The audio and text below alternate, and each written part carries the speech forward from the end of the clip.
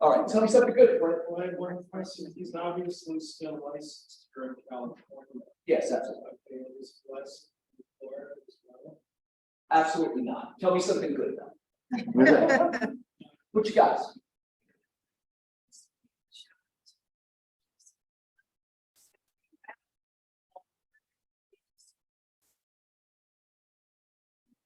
I have nothing good to say. I get so much out of the call that it just boosts my week and then I'm productive and have so many creative ideas. So do your weekly call and really. And she is, I would assume she's in your top 10 relationships for 2023. Yes. Absolutely. She is in many people. Thank you, Samantha. Absolutely. Who else? Anybody else? Tell me something good. Come on. Hi, Chris. My friend had a baby yesterday.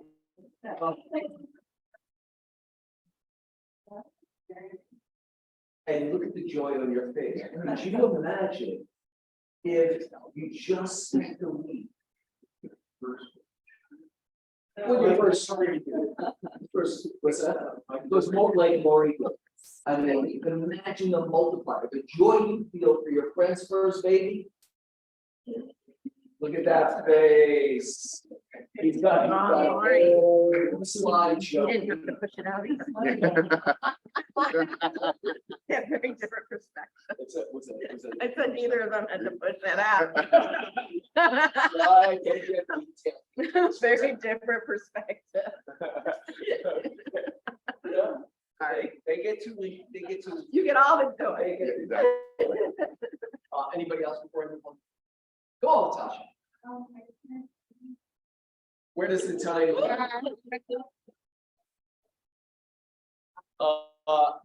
You make it. I barely. No, I can remember. 30 was good. 30 was quite. Natasha, 30 is the best, Yeah. right? 30 is the best. Because you know, you got certain things worked out. Like we know how it works, right? Yeah. Congrats. Okay, let's move on. Lot to cover. Yes. Can you make sure that you're standing in front of the mic? Mike, no one can hear you. Okay, how's now? Is that good? Lavalier mic or something. Yeah, we'll get on that. We have two of them, but they kept crapping out brand new. So that's why we moved on. No, I do not, but let's family reunion recap. What do we got in this video? I was gonna add to it.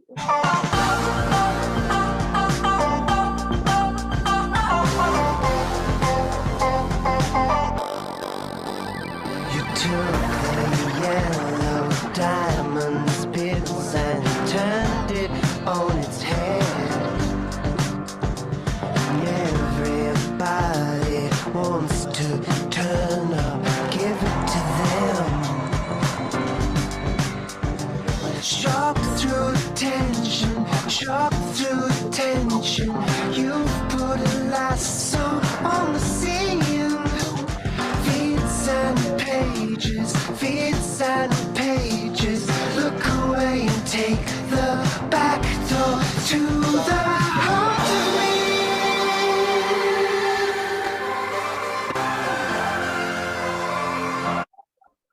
Some of the antics. Thank you, Paula. All right. Here's the scene. Don't get the weasel. Okay, let's move forward.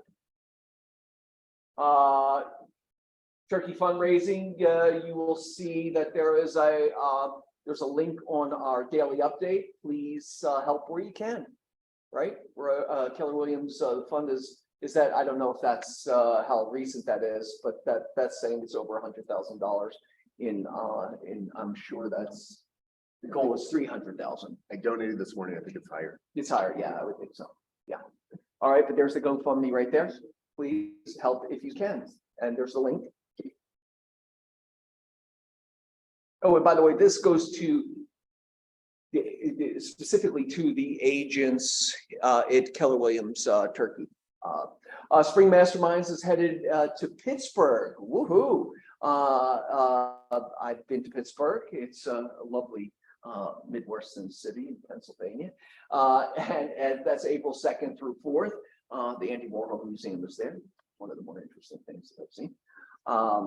And it's 649 and free for anybody who has maps coaching.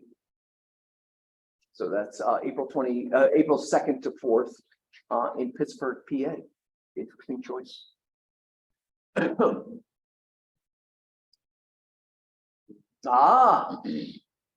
Kirsten Hurd and her partner Joe are going to be playing at the Viper Room on the main stage. I saw them in the downstairs room, and they were amazing. A great place to see her, and DM Kristen for tickets, or she's sitting right here. You can ask her how to best do that. But it was a blast. I thought you were amazing, and that was a great place to see you. All right, and that is on Saturday, March 4th. Any other details? We go on at 6. I have tickets with me, and parking can be tricky, so it's nice it's a little bit earlier, because like around 5:30, it's easier to park in that area.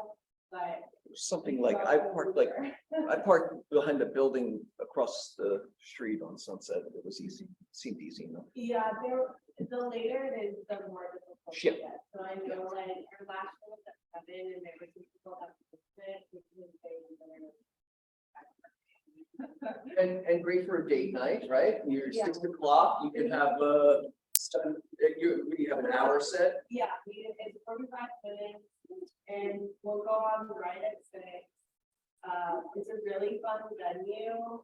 I agree. There's a bunch of bands playing after us that are really good as well, and then more downstairs that are phenomenal. But I would say go, see you at 6, maybe have dinner afterwards. Yeah. Boom, 7:30, you're having a nice dinner.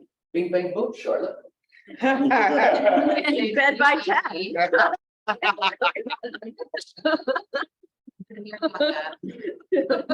like, I'm down. All right. Perfect. All right. The upcoming classes. The morning show. It's a great way to start your day. They should write a book about it. Well, just because there's so many wonderful moments in it. Like every time I go on, there's a wonderful moment. It never comes up short. So your choice, but I will judge you for not going. As I judge myself for not going. Right? Every morning, 9 a.m. And then Christy this week, I get my Kirsty and Kirsty mixed up. Christy this week has working with buyers and sellers, make and receive offers, negotiate offers, get to the close, please, and plan your future.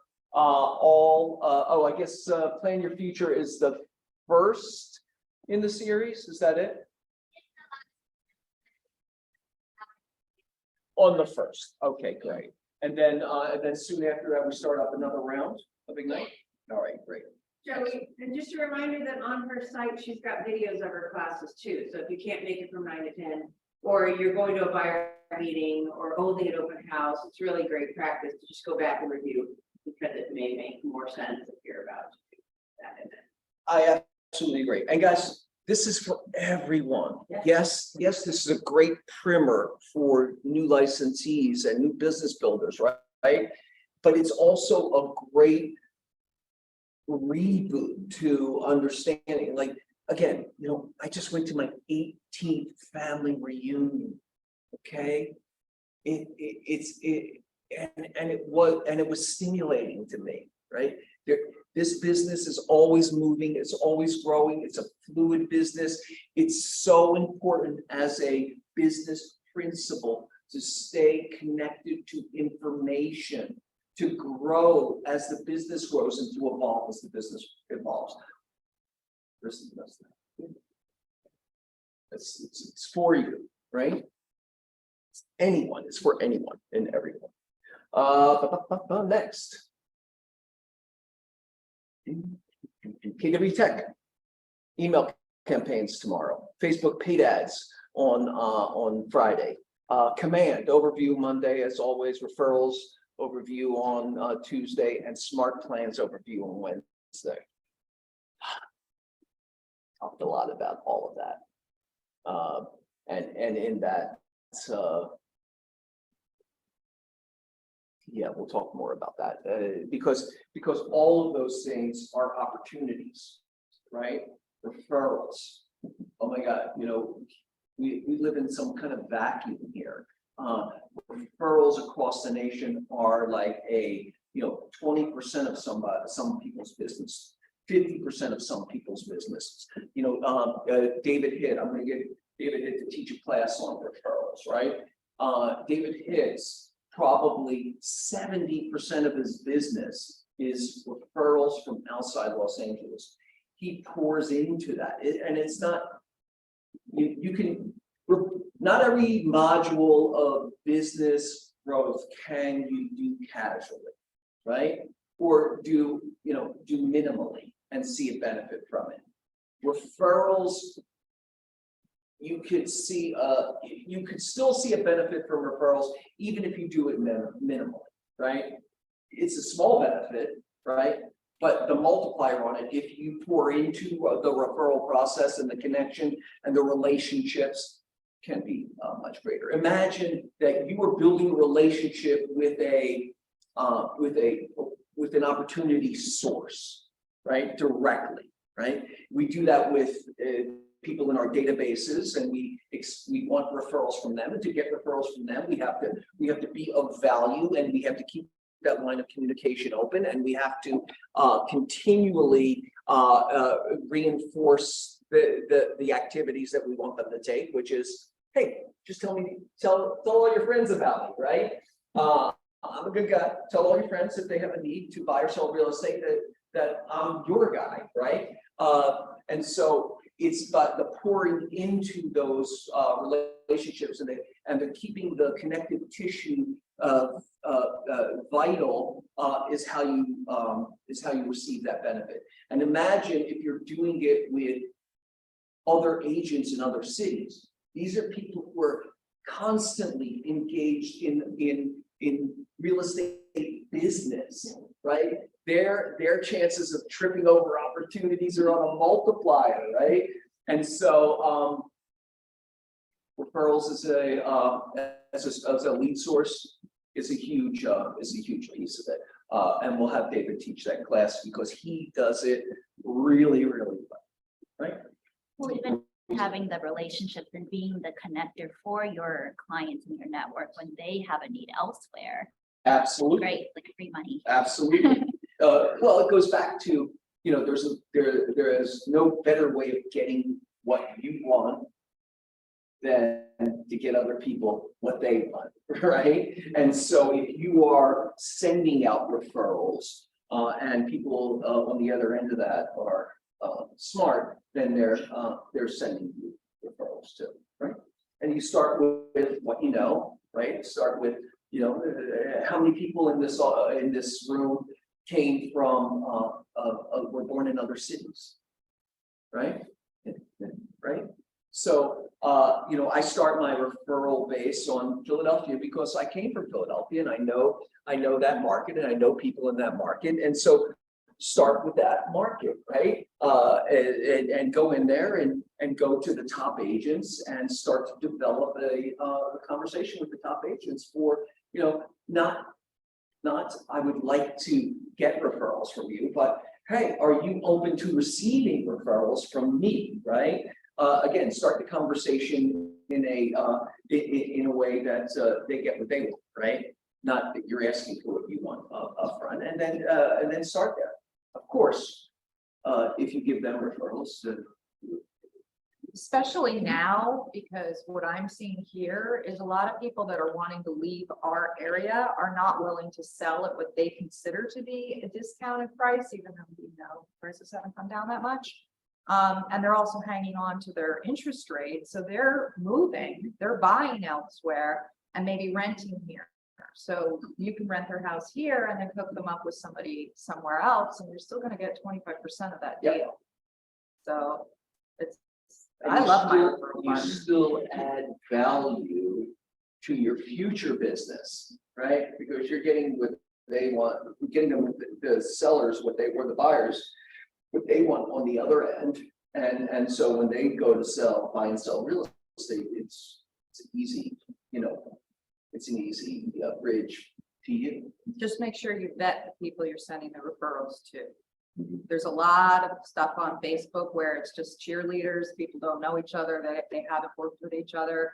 And, there's people who actually spend their jobs, they have like an assistant who trolls the Facebook pages and just puts this stuff out there, so just be careful with that. In a in command, under referrals, you can build your referral network, and in that you can filter by production, by property type, by rent leases or commercial and all of that stuff. You can filter and really look at the top producers. I mean, and then and vet them on your own. And I absolutely agree with Charlotte in you're receiving 25% of the deal, right?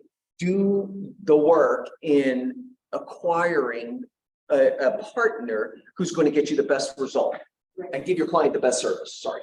I have an agent I'm working with and he had a referral to another area and I said, call, talk to the team leader, tell them a little bit about who your client is and they'll be the best person to match you. Well, that team leader asked our agent to just send over the contact's name and information and they would match them. And I told them, no. Talk to the agent because you know your client. You want to know, are they fun? Are they serious? Are they numbers oriented? Whatever. Like you want us to make sure they match. So yeah, don't just. It's all an extension of your value, of your value purposes, because you get judged on it, right? So, Sounds like this is a class. oh yeah. Yeah. But speaking to that, I did that for a friend of mine who had to sell an aunt's home in Oregon. And I did exactly what you did, where I contacted the team leader, I also vetted, but I also talked to the agent. Yeah. And because doing that, the agent did a great job keeping in touch with me every step of the way. Yeah, Eileen put in the chat there, I saw it pop up, that she refers two agents, right? Gives the client a choice between two people, but I would also give the client probably some direction on how to speak and what questions to ask those two people to figure out if they're a match for them. You can search by language, how many listings they. Yep. I just searched. Buyer side, seller side. To I email them. Yeah. So it's great to have that. We speak Spanish, so I checked the woman's Facebook and she went to drop the reunion, so I could see her social media. Yeah. That's great. Excellent. Yeah, the tools are there, right? The information is there. Oh, and in that, make sure your white pages are filled out properly. If you. I was just thinking, Yeah, I don't yeah, think yeah. my production. Right? Oh, yeah, it's, It oh, all matters. yeah, it's attached to the MLS. It's Oh, attached to okay, the cool. MLS. Good to know. You don't have to do it. And one more thing I want to say on referrals is don't be afraid if you feel the need to refer to somebody here in this office. Absolutely. And we did what was it, $2 million deal that I referred to you? She doesn't even remember. Right? She doesn't even remember. Oh, The but Korean- that deal would have gone out of this office if I had Christina, because these people they needed a Korean speaker. And like what? I remember.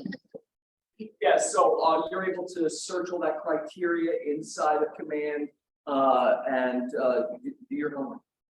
That's what you get paid for, is making the right connection. Okay, so do your due diligence and again, make sure your white pages are filled out properly. If you speak a second language, if you have a special skill or a special certification, make sure it's in there so it's searchable. Okay. Yeah, and Christina, you've gotten referrals from outside the city just on use the fact. I speak Korean. Speak Korean. Yeah, so I've gotten referrals from internally here, obviously, but I've also gotten a lot of referrals outside of Keller Williams as well. Yep. Excellent. All right. Yes, I just want to mention one thing about it too. Go. If you do a deal with somebody too, it's nice to be able to do cross-reference of social media too, because like And sometimes these things pop up, my friend was randomly That's brilliant. saying, oh, I might think about something in New York. And I was like, well, you should talk to this agent. And thankfully I had a relationship with her. She reached out to her immediately even before I reached out to the agent. And thankfully I had already done a deal with her in New York. And I said, oh, my friend might be reaching out to you. She said, oh yeah, she already did. Let's get the paperwork and we're good. But she and I did some cross-reference of social media with stuff. Well, I mean, just sold in New York City is a great way to illustrate that, right? Come to me, you trust me, come to me, And yeah, let me do the work for you, right? You know, and tell that story, yeah. right? Make it part of the narrative. Don't shy away. Don't create an illusion. Like, tell the story. Hey, my clients trusted me. I trusted this other agent, and now we're all friends, and we close a big deal in New York City, right? And there's no rule against other agents leaving Google reviews for you for your business. Oh, You refer to them or vice versa. So I just completed a referral. Someone from Texas referred me a client. And actually, I sent out my review request to him and asked him to do that as a referral agent. And Sure. he did. He posted all the reviews, very nice little review for me. So Excellent. it says, because when other agents are, cross qualifying you, they're gonna look at your review page. And it's great to hear clients saying nice things about you, but if you have another agent saying something, I feel like You need to it be holds with you. so much more weight with another agent, right? So, yeah, that's true. Well, the idea is, professional standards. Ask them every single. Excellent. Okay, residential purchase agreement today, 4 to 5. Get in there. That'll be recorded, correct? I don't know about Yeah, that. this class is Recording? changed. Yeah, they're all recording. And he taught it once before, but it's the It's changes. a good class. You have to ask, you get to ask questions. Yeah, it's changed since the last time. Yeah. So. Yeah. Okay, Julia, the color of real estate today, 2 p.m. with Julia Lachey Israel, who was recognized by Inc. magazine as one of the Swampole report. They recognized her as one of the top movers in real estate, and she'll be teaching the color of real estate today at 2 p.m. Also KW Tech training, build a $100,000 pipeline in 90 days. This is the 201 club, guys. You get 200, get 200 of your contacts on a drip campaign, a 33 touch drip campaign, and you will be, well, I should say, the statistics show that you can sell, you can get to that $100,000 mark if you're not there already, or add $100,000 to your production for the year, very easily in 90 days. Okay, it's $100,000 pipeline in 90 days. It's about it's you gotta do it, right? And in this market, you have to do work on a multiplier. Sorry to say, right? That's just what it takes. But here's the prize to that. Okay, if you build up the musculature to do the work on a multiplier in this market, right? And you will gain traction. Okay, you will see results. And as the market starts to get better or different or more amenable, you will see the results in a multiplier, right? You just have to maintain that same musculature though, right? Doing the same activities that you were doing in the challenging market. All right, so this is a great place to start. February 27th and 28th are the last ones for this month. They will have a new setup for March. All right, Tuesday, March 2nd. Here we go again. Is the second part to the social media training from Andy. Andy, are you on? I don't know if you're on there. Oh, she's teaching a class on the west side, right? Yeah, so Andy will be hosting another part 2, right? Lunch will be provided. if you RSVP so we can get an idea, but if you change your mind and you figure out you're not coming, please don't. Because about 50% of the people showed up last time. Andy had some extra sandwiches. RSVP there you go. But it's okay if you miss the first one. Still a very, very important class. You will get a different piece of it in part 2, and I believe you can see part 1. All right, next is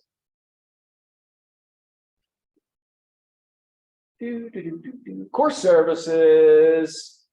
I think Andy is not there. We'll go switch over to Ben. Ben, how you doing, buddy? Hey, Joey, missed it yesterday. Hey, thanks for everybody for joining the class yesterday. Can you guys hear me?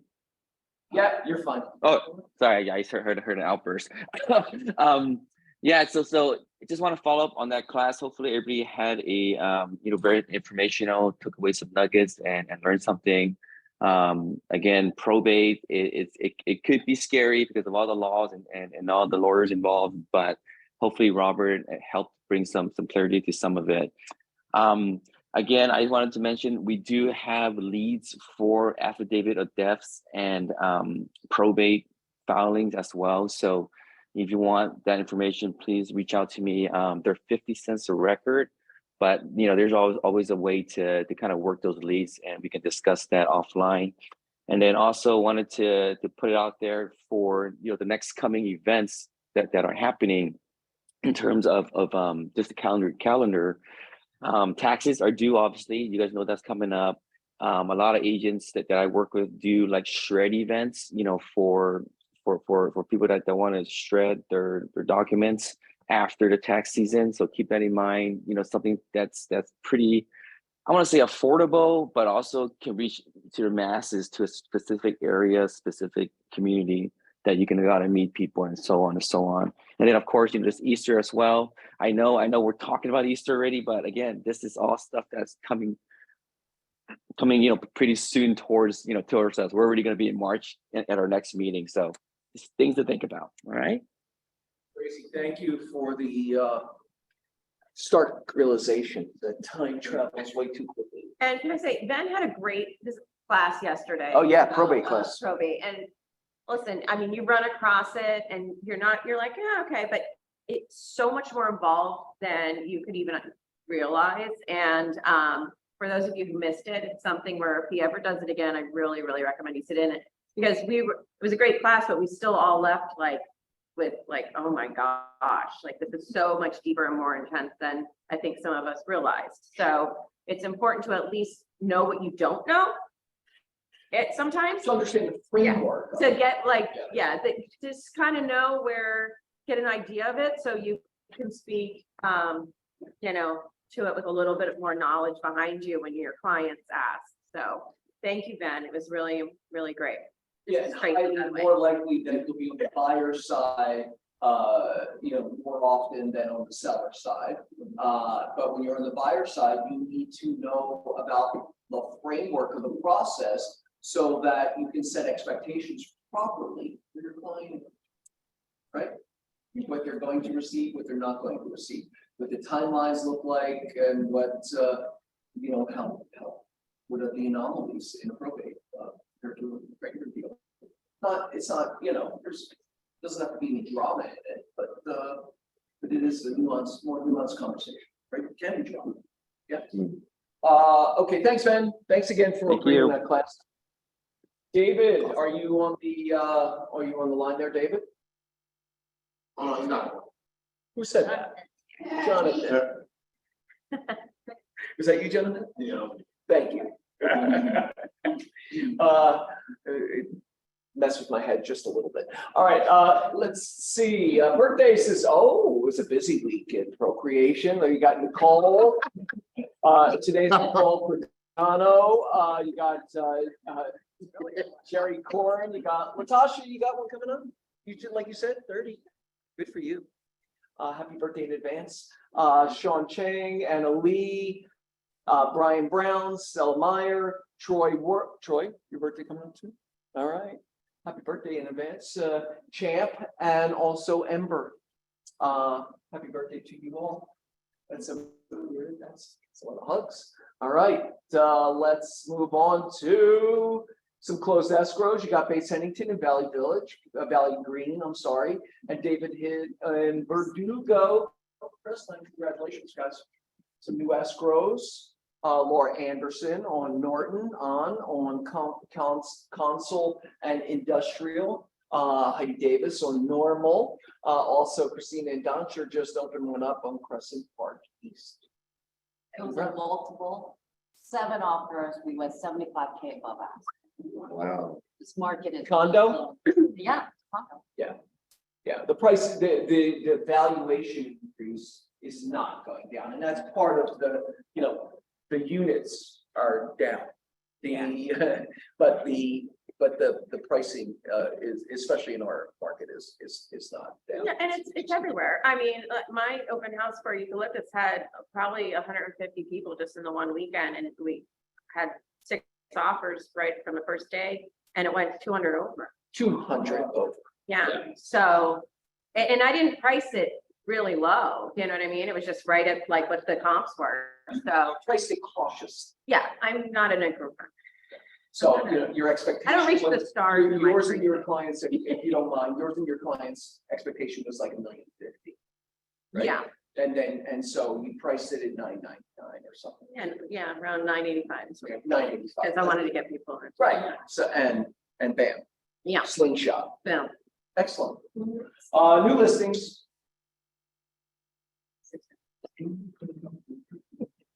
Okay, Day Park, coming soon, 8 bedrooms, 8 baths on Portland in Los Angeles. That is 1.450, 3,000 square foot property.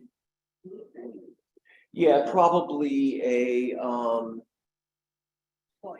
boarding house. Yeah.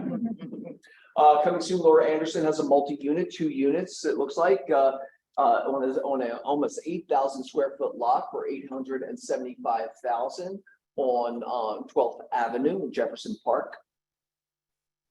Oh, actually, it looks like 3 units. It had 3, also on date, 1, 2, yeah, it looked like it had 3 addresses. Also on David, it's a nice clean 2-bedroom, 2-bath, 1,186 square feet for $1,198,000 in Rainier Village. That is not a place, but it is in Los Angeles. That's not a city or it's an area, right? It's an area. Neighbor. Yeah, neighborhood. There you go. Also, Andrew and Mary have a 3-bedroom, 2-bath, 1,464 square feet for $1.750 on Citrus. It's probate, by the way. There you go. Thanks, man. Thanks. Flynn, thank you. Lisa's coming up. Nash has, Nash, are you on there? I don't know if you could talk. Hi, yeah. Can you hear me? Is it loud? I don't know. Yeah. Hi. Good shot. Hi. So it's downtown Los Angeles Historic Arts District, a little over 3,400 square feet. Prior owner did over $2 million in renovations. There's a mezzanine, so above that wood, there's a mezzanine level, and you can use that as an office or a showroom. And the price, just TBD, just I guess I'll put my number in the chat if someone has a tenant for my client. Excellent. But it's And now, essentially, mezzanine is included in the square footage? yes. All right, perfect. And Thank- what was it used for previously? It was a showroom? Yeah, showroom. So this is commercial. Yeah, it's a commercial spot. It's a commercial space. Yeah, it's a commercial lease. Yeah. It could be retail too. It has retail significance, Yes. right? Exactly. Yes. Yes. Thank you, Nash. Thank you. You're welcome. All right, next is Tim Meinelschmidt has a 3-bedroom, 2-bath on Keniston, 2,100 square feet for $4,000. And there's Nash's number in there. Champ Davenport has a 2-bedroom, 3-bath. I would say that's a condo. It's got a condo vibe to it, doesn't it? Yeah. Yes. 1,961 square feet for $6,800 on, oh yeah, well, doesn't. Number one. That's at 108. So, Doheny. Silly me.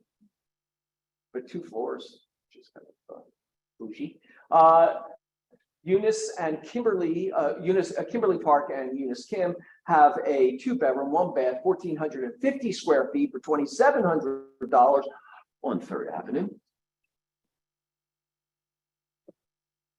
And the lovely Lynn LeGlaire has a 4-bedroom, 3-bath, 2,434 square feet, craftsman-esque on Kingsley for $6,050. Full house. It's big. All right, pocket listings. What do you got? Coming soon. Pocket listings. Pocket listings coming soon. Coming soon. Pocket listings. Come on, Michael Flanagan. What do you got? Showed on it here already. It's on Detroit by La Brea Olympic. It's let me think, just under 1,800 square feet, 3 units. One is a 1-bedroom, 1 bath, and the other 2 are 2 bedrooms, 2 baths. And we're working on getting the owner owns 1 unit, so he's moving out, and then I'm working on another unit. So possibly 2 units vacated. They're looking for 1.45. Yeah, I think there's a huge opportunity in multifamily right now.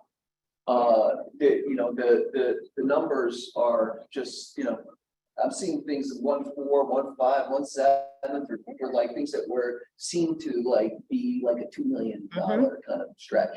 Yes, things that are selling for 16 gross rent multiplier that they were asking or getting closer to like 19 or 20 gross rent multiplier. In the more recent past. So clients to look at these opportunities again because I think there's some real opportunities on for it. Michael Flanagan has that's Brian. All right, there you go. Okay, anyone else have a coming soon? Or all right, pocket listing. Anybody online have that they want to share? Okay, great. I'm going to just share my screen with some of the things that I've found at Family. There you go. Thank you so much. Oh, did I do that? Just run through some of these slides. Share. Let's see if I can do this. All right. These are all DRE slides. So, take into consideration that this is a national look at the numbers. Okay, it's not it's a national look at the numbers and to realize that the weather is not the same all over the country, but it's all some nuance of this, right? And sometimes not that far off. This is National Association. What did I say? No, National Association of Realtors. I'm sorry. Thank you, Tiffany. All right, let's just lose that. So we see first-time home buyers. Just stay on this side. First-time home buyers. Also, you received access to these slides in yesterday's update, and you will get them again in today's. All right. The idea is that you use them with your clients. These are more geared for information towards us, but the economic slides are in there also, and I'll speak to them next week. All right, so first-time home buyers, you see that what percentage? First-time home buyers are at an all-time low because of college debt and the cost of money. There are less first-time home buyers on the market. 26% of all buyers are first-time home buyers. Okay. Do I just no? I guess I don't do that. How do I fast forward through these slides? I just go like that. Primary reason for purchasing a home. At the top there, desire to own a home, 22%, and then desire to be closer to family and friends, desire for a home in a better area, 1%. you know, and it waters down. Opposed to a family, 1%. All right, keep your personal perspective out. And the amount of- All right. the amount of time in the house, right?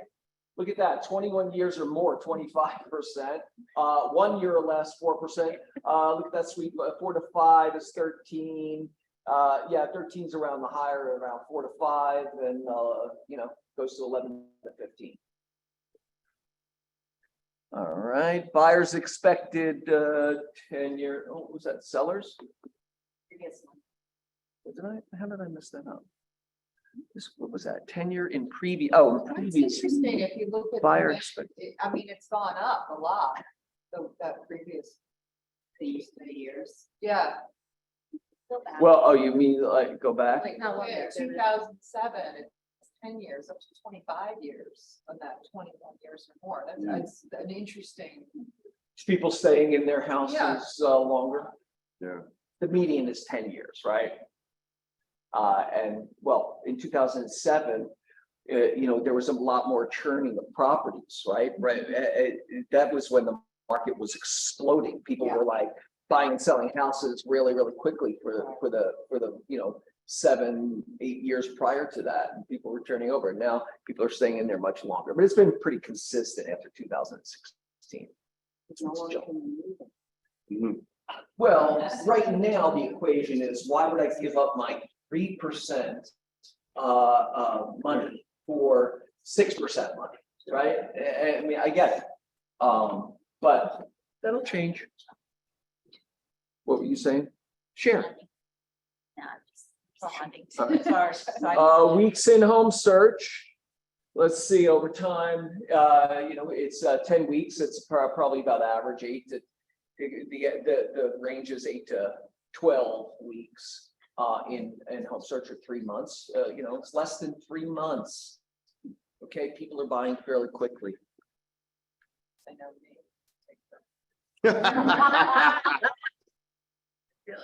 First step in process. This is where people first get their first bit of information, where they look. They looked online for properties for sale, 52% from 2007. This has moved from 32% to 52%. Contacted a real estate agent, that hasn't moved that much. It's 20 to 19%. Contacted a banker, mortgage lender is number 3. I mean, the numbers just fall off. The thing that really, you know, really dipped was looked online for information about the buying process. So it's a nuanced piece. Everything else is almost insignificant, right? Look at this last one now. Looked in newspaper, magazine, please, Less than people, 1%. less than 1%. Don't spend money on advertising and print. Visited open houses only 1%. Yeah, that's going down from 7%. These are national. There hasn't numbers, been, though. don't forget, there hasn't been any open houses in the last couple of years. So, you know, Also, they look online for the open houses, so I they look mean, at like, Yeah. you The know. first point of how they found out would have been online, Yeah. yeah. so that makes Yeah. sense, it just didn't stumble. But here's where we get into the information. Information sources. Look at this. 86%. Still agents. Still agents, 86% of people still go to their agent for information. All right. Where buyers found the home they purchased. They found it on the internet. 51%, right? Moved from 24% in 2006 to 51%. And then secondarily, real estate agents, right? 29% of them. So Joey, Yes. that we're not just here to find the property. Absolutely. And you can't hate Zillow and Redfin, because that's people are on those. But Absolutely. you have to like teach your value in addition to that. To jump on that, one of the things I say to my clients is I can't be your eyes. You know, so a lot of times they'll find some, most of my clients who are buyers, they found it, asked me about it, and then we go.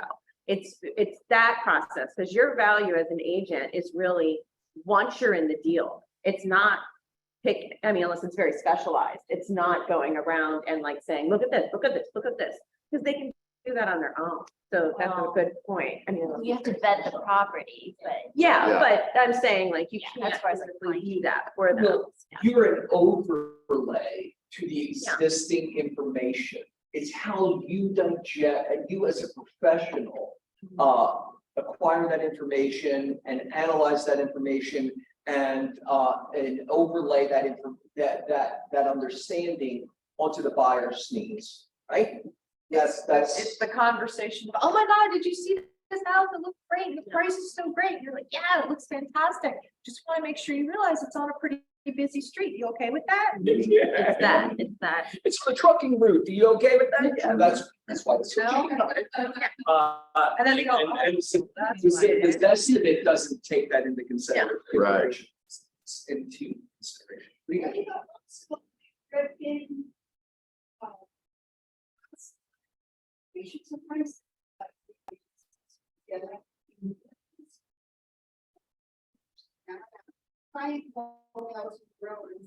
You see this house? And I kind of turned around. The house and the restaurant around, go up to the agent right there. And it turned out, why we got this thing, the MLS where.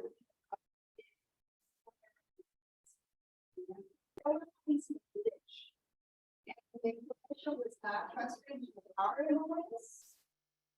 And so the agents in the Highland Park, looking at Highland Park, they weren't necessarily getting information that I'm fine, you know.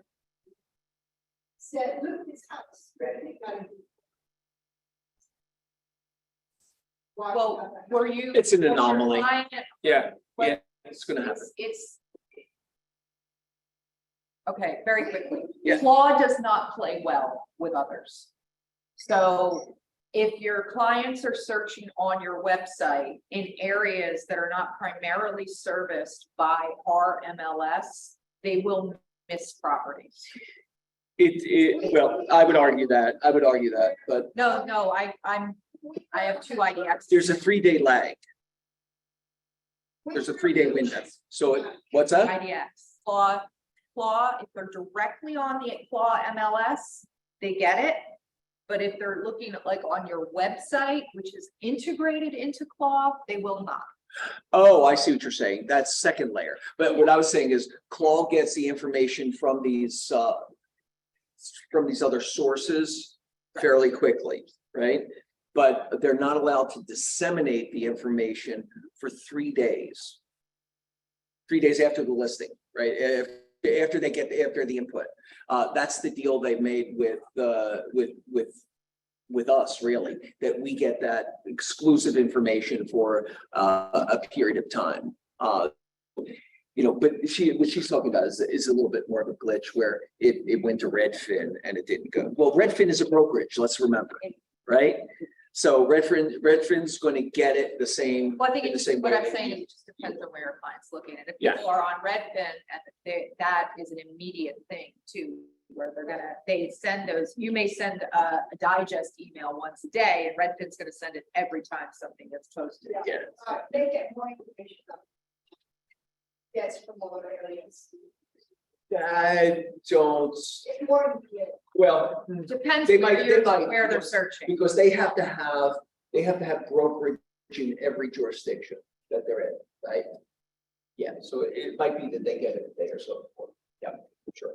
So a good thing when you're looking for a house that is in any kind of border land or so, you know, you try several sources. You go look at Redfin, you go look at your MLS, and also look at your own your KW app, because the KW app is a global app also, and you can search anywhere. So theoretically, they're getting information in the same way. Redfin is. Yeah, so I would try all 3 of those sources. All right, let's see, value of website features. Look at that, number 1. It's all about, the first 3. It's all about the property photos, 85%, right? Somewhat useful. If you go very useful to somewhat useful, you're talking about like 97%. Okay, right? Very useful to somewhat useful. All right, the detailed property information, 97%. Floor plans, 82%. You get down to, real estate agent, contact information. Hey, you're still at 80%. That's decent. Details about recently sold properties. That's a going to 76 for neighborhood information. But what's not in, let's go from the bottom. Virtual listing appointments. What is that even? 25%. Virtual open houses, 29%. Info about upcoming open houses. Yeah, it's 40. Videos, 58. Interactive maps. Even though details about, real estate agent contact information is purely a function of what they want, right? My point being is that they don't really care about you, right? They care about getting to the information about the properties and about the neighborhoods, right? They want as quick, so don't get all self-involved in like telling your story on the front page, okay? Give them access to what they want. If they want to know more about you, they could click through to that, right? But it's not about you, it's about the properties. No, you it's about. That's everybody else. Right? All right, let's see. He was looking at me funny. Method of home purchase, agent or broker. Look, we've increased from 2005 to 86%, right? Builders or builders agents is like, what is that, 2% now? And previous owners, I guess that's at some place in the universe. FISBOs actually sell, not here, and then other, whatever that is. Okay. What is good question? Buyer representation agreement. Like Rich was saying last week, they're putting more value in backing up the buyer's representation agreement. When buyer representation agreement is a crucial protocol to maintain transparency and to align expectations between buyer and the agents, right? 35% are using it. 18% more saying they have an oral agreement. 34% have nothing, and there's still 14% of the agents who don't even know what it is. Survey or a client? That's an agent survey. Yeah. The agent doesn't know if they did it or not. Interesting. Oh, no, you're right. I'm sorry. That's a client survey then. You're right. Look at you. Thanks for making sense of it. What buyers want from their agent? What buyers want from their agent? 49% of them want help finding the right home to purchase. 13% want help negotiating sale terms. 11% want help in price negotiation, and then help with paperwork. 10% help finding the average range financing, price comparable homes. So it keeps going. Tech buyer, teach buyer about the neighborhood. 1%, and help find renters and buyers with help. It'd be interesting to see this after the transaction. Yeah, right. 'Cause that paperwork thing will go up higher for sure. Okay. The contract and the paperwork. Let's see how buyers found their agent. Right. How buyers found it. I would say that after a buyer closes the deal, they don't think about the paperwork anymore. But the negotiation, the paperwork's important. Yeah, Yeah, no, I that's agree. the most important. Let's see how buyers found their agent. Number one, 38%, only slipped 2% since 2006. Referred by or is a friend, neighbor, or relative. Okay. When you are pouring into people in your contacts, don't think about their need to buy or sell real estate. Assume that if they need to buy or sell real estate, of course they would use you because you're communicating your value proposition clearly to them. But what you're really looking for is to get into their sphere, right? In their referrals. You want them so excited about you that they tell all their friends. They're an advocate, right? You got 12% that use their previous agent to buy or sell their home. We'll talk about that in another slide. You got inquired about specific property viewed online, was not even applicable to 2017.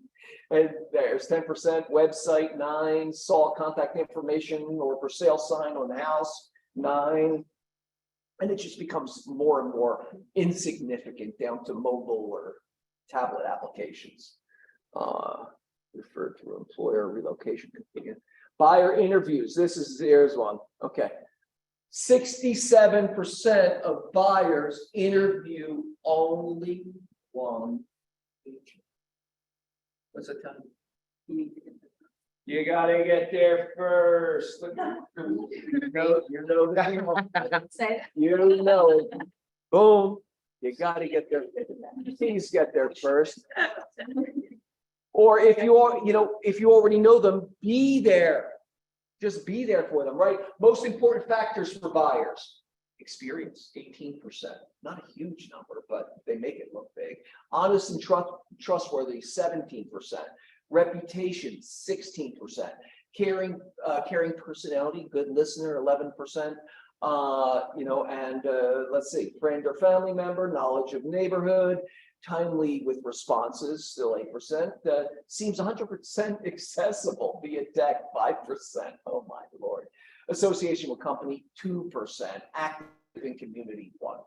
You know, when I see this graph, what points out to me the most is knowledge of neighborhood is so insignificant to actually everything else. You know, so if you feel like, oh, I can't work this area because I don't live there, I don't know it, I think that's a limitation that is not real. Mm-hmm. Yeah, that's a mindset piece. Home as a financial investment. Is real estate a good financial investment? 84% of people asked believe that real estate is a better investment than not. 84%. Not a good investment, 4%. They probably had a bad experience, and that's an odds game, right? And 12% don't know. I don't know how that works. Is real estate a better investment than stocks? 60% say yes, and 32% say about as good. So if you get yes and 60% say better, okay, and 32% about as good. So you combine those, that's it. Literally 92% of people asked believe that real estate is a good investment. As for 92% of the people, it is. 8% not as good. All right, buyer repeats. Okay, buyer repeats and referrals. 89. When you add up, one is definitely, two. The purple is probably, and you add those two up. In 2022, 89% of the people would refer their agent and would use their agent again. 82%, but as we've seen, only 12% do. And that's the agents. That's your responsibility to stay connected. We spend all of this time acquiring turning the relationship from a one-way conversation into a two-way conversation, then a two-way conversation to understanding value and continuing that connection until that person has a need for real estate. Then we move it to an appointment. Then we move that appointment to a contract. We can move that contract to a closing. And we do all of that, we receive the benefit, and then we let it just float off into the ether. That's ridiculous. It's a ridiculous use of your time. You've already proven yourself with these clients. Stay connected, stay engaged, stay of value, so that you can get that repeat business, because they want to give it to you, right? They want to give it to you. Buyer and seller satisfaction. You got you got very satisfied and somewhat satisfied. 60% of buyers are very satisfied. 72% of sellers are very satisfied. Tiffany and I had this small conversation about the intimacy of the relationship between buyers and agents and sellers and agents. And I was thinking, oh, well, does this say that the selling of a property is a more personal experience than the buying property? And she argued that the buyers it was almost a more intimate relationship with buyers because you have to understand what they're looking for and So, you know, when you add up both of them, they come pretty close to each other, right? The satisfaction from someone to, very satisfied. Sellers are very happy that they made a lot of money. Excuse me, oh, the sellers, yeah. So they're very happy with their agent. Yeah, they got what they wanted. How sellers found their agents, referred by, it's the same thing. 36%. 36% referred by family or friends or are, and then 27% of sellers used agent previously to buy or sell a home. So sellers will come back. It's a higher number. Personal contact by agent, 5%. I mean, it falls into single digits. Boom, for the rest. Oh, look, 2% of them walked into the office. Seller interviews. It's a more compelling number to be the first. Sellers, 80% of sellers in 2022 only interviewed one agent. One agent. So Christina, what did that tell you? Sweet. You have to get that first.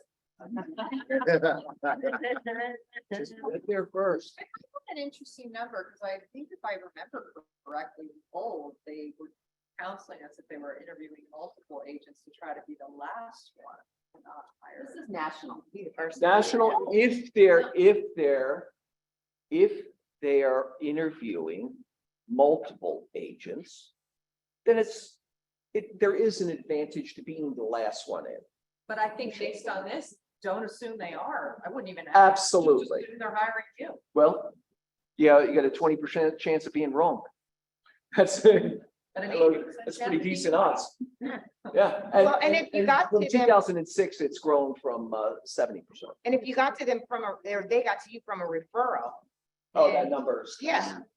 If you get a referral for a listing and you don't get it, there are two things, right? That could have went wrong. That the person who referred you made a mismatch. Happens, right? Not your kind of people, right? Or you didn't tell the story correctly in the interview process. Or the client's crazy and you have to refer. Well, that's the first one. That's why I gave you the first one. It's a mismatch. The connection is off, right? Like they are. They're just. Validation, information, absolutely. So I think it's always. How much do you think it's worth, Alex? Because my guy What other told me information- this much. Yeah, what would you do? What would you do? Yeah. I think So it's worth saying, are you interviewing other agents? They are. And, what is it you're looking for in the agent? Yeah. Like, before you go and present all your stuff, like, and give them, find out, like, are you really in the running or are they just kind of information? They do the survey. And that probably happens more here than maybe in Peoria, in that, Sure. people are a little more savvy here and they know multiple agents. Everyone's related to an agent. Right. What sellers want from their agents? Help pricing their home competitively is number one. That's a tie. A tie would help sellers market their home to potential buyers. I think that's a great understanding. Now, in that, there's responsibility to be truthful, right? And there are plenty of agents who will tell them whatever they want to hear, right? But you need to. It's a very delicate conversation, but being able to have a pricing valuation and a pricing strategy conversation, probably one of the difficult conversations in being a realtor, right? Understanding the difference between the two and having the mastery of the conversation to sell it. So I had with confidence. had a client call me a few years back, and he called me not because I was a top listing agent, but because I was representing so many buyers we felt that was more advantageous that I had on my more of a buyer list Mm. than as opposed to, just because listing is kind of straightforward in a lot of things, right? You take the photos, you do the staging, you post open house, whatever, but so the client actually contacted me because I represent so many buyers. So if you guys are buyer agents, that still says a lot to a seller. You know, I have my buyers, these are the, it's Excellent. All right, help sell a home within a specific time frame. Help find a buyer for the home, help seller find, right? It just gets into single digits real quickly. But if you can master the pricing conversation and the marketing conversation, and lay out a timeline of significance, you're doing the job, right? You're doing the job they want you to do. Most important factors for the sellers are reputation, honest and trustworthy, and friend or family members. 15, that's funny.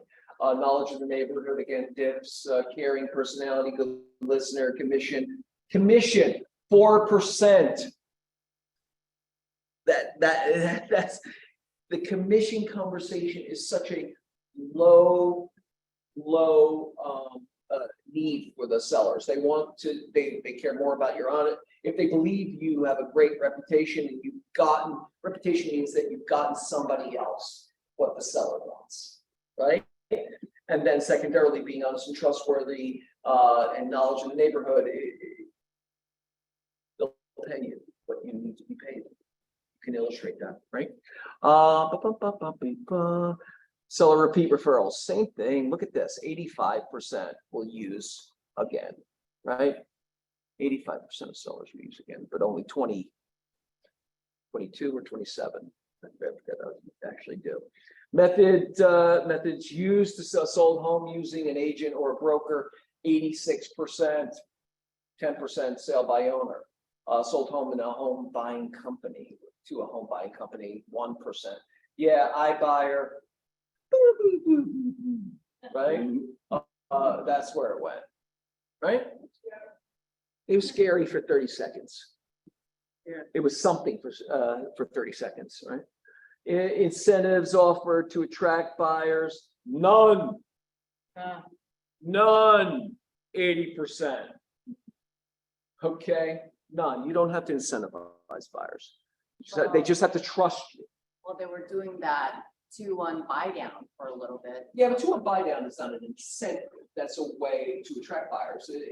That's a mechanism inside it, right?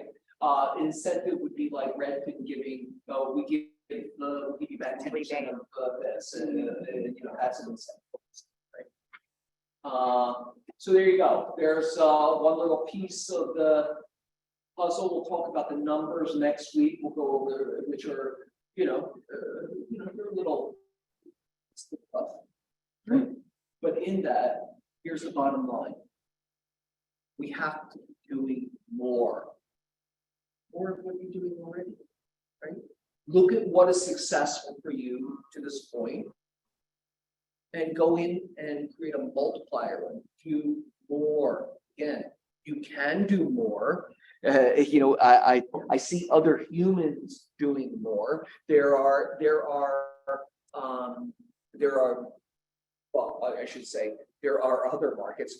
Every other market, but ours and a handful of others have to do 4 to 6 units to get to the same single sale as we do on our average sale, $1.5 million. Every other market, other than a handful of markets, have to do multiple transactions to get to that. When the National Association of Realtors say that that the average agent is doing 8 transactions, that they want to see a new licensee do 8 transactions in the first year, that's like you doing 1 transaction. Okay. So remove all those limiting beliefs, and more doesn't mean, gosh, well, what was this quote? I love this quote. Yeah. Gary, when he said, And and I don't know if let me make sure I sell it like he did. And it's very simple. He said, change is a strategy, okay? Especially when most people are adverse to it, okay? If you're not adverse to change and you treat change as a strategy for doing business, you will come out on top, especially because most people are adverse to change, right? So change as a strategy, I love it. I'm boring Christina to death. I'm out of here. Thank you. She's fading. But but the meeting's over. That's all I have to say. This is all good information. Great, great day. Thanks. Sorry, I'm a little pumped up over after 3 days of this. It's good. Thanks for the energy. And more tools and more